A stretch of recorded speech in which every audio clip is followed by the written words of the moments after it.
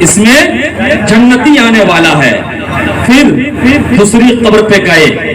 پھر دوسری قبر پہ جب گئے تو فرشتوں نے پھر اپنے آقا سے پوچھا کہ آقا بتائیے دوسری قبر کس کے لیے ہے؟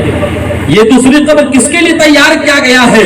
تو پھر فرشتوں کے سردار نے کہا یہ بھی جنتی کے لیے، یہ بھی جنتی کے لیے ہے. اب تیسری قبر کے قریب گئے. جب تیسری قبر کے قریب پہنچے آپ فرشتوں نے سوال کیا کہ سردار بتائیے یہ قبر کس کے لیے ہے؟ تو آپ فرماتے ہیں یہ تیسری قبر تو جہنمی آنے والا ہے. اللہ جہنمی آنے والا ہے. وہ قبرستان کھودنے والا معائنہ کر رہا تھا، مشاہدہ کر رہا تھا، دیکھ رہا تھا کہ اب پہلا قبر میں کون آ رہا ہے، دوسرا قبر میں کون آ رہا ہے، تیسرا قبر میں کون آ رہا ہے. اس طریقے سے بیٹھے انتظار کر رہا ہے کہ اب کون آتا ہے. اللہ اکبر. دیکھا کہ پہلا قبر میں آنے والا شخص ایک جنازہ لے کر کے آنے والا لوگوں نے 7 لوگ مل کر کے لا رہے ہیں. کتنے لوگ آ رہے ہیں دھیان دیں اور غور کریں. 7 لوگ لے کر کے چلے آ رہے ہیں. جب 7 لوگوں نے آیا، 7 لوگوں نے قریب آ کر کے قبرستان کھودنے والے سے کہا اے قبرستان کھودنے والا تو قبر تیار کیا ہے؟ ہاں ہاں قبر تیار کیا ہے. کیا تو قبر کو بیچتا ہے؟ ہاں ہاں میں نے بیچتا ہے. کتنے میں بیچتا ہے؟ میں نے 1000 میں دیتا ہے. 1000 میں خرید لیا گیا. 1000 میں جب خریدا گیا تو اس کو جنازے کی نماز بھی پڑھی گئی، میں بھی اس میں شرکت ہو گیا. بتانے والا بتا رہا ہے، قبرستان کھودنے والا کہہ رہا ہے میں بھی اس جنازے میں شرکت کیا.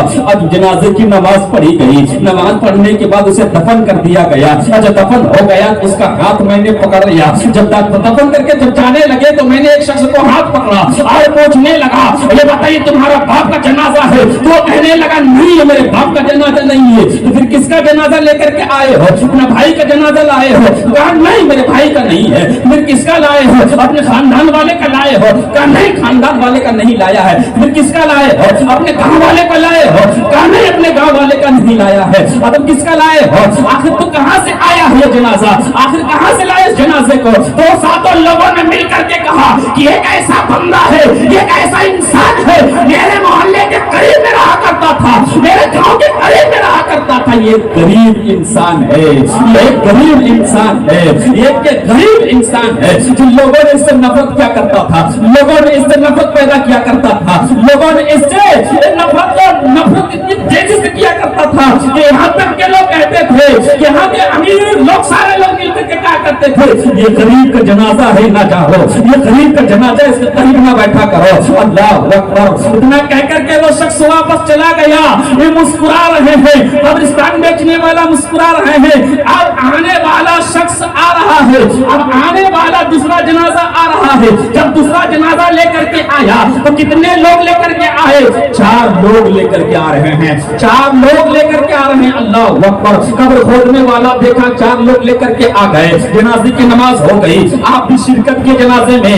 آپ جنازے کی نماز پڑھنے کے بعد فرماتے ہیں اب جنازے کی نماز پڑھنے کے بعد دفن و کفن کر کے واپس جانے لگتے ہیں. پھر آپ نے ایک شخص کو ہاتھ پکڑا اور پوچھا کہ بتائیے یہ وہ شخص ہے، کون یہ شخص ہے؟ تمہارے گاؤں کا ہے یا تمہارے محلے کا ہے یا تمہارے خاندان کا ہے؟ یہ تمہارے خاندان کا ہے، یہ تمہارے دیہات میں سے آتا ہے؟ وہ کہنے لگا نہیں یہ میرے گھر کا ہے، نہیں یہ میرے گاؤں والے کا ہے، نہیں یہ میرے رہنے والے کا ہے، نہیں میرے گھر دیہات کا ہے. تم نے کہا کہ کون ہے؟ تو کہنے لگا 4 نے کہا مل کر کے یہ کسی گاؤں سے آیا تھا، یہ مسافر ہے، ہمارے گاؤں میں مسافر بن کر کے رہتا تھا اور یہ وقت پر ہمارے گاؤں میں آذان دیا کرتا تھا، ہمارے گاؤں میں قرآن پڑھا کرتا تھا، ہمارے گاؤں میں نماز پڑھا کرتا تھا، اتنی نمازیں پڑھا کرتا تھا، اتنی آذانیں دیا کرتا تھا، اتنی تلاوتیں کیا کرتا تھا.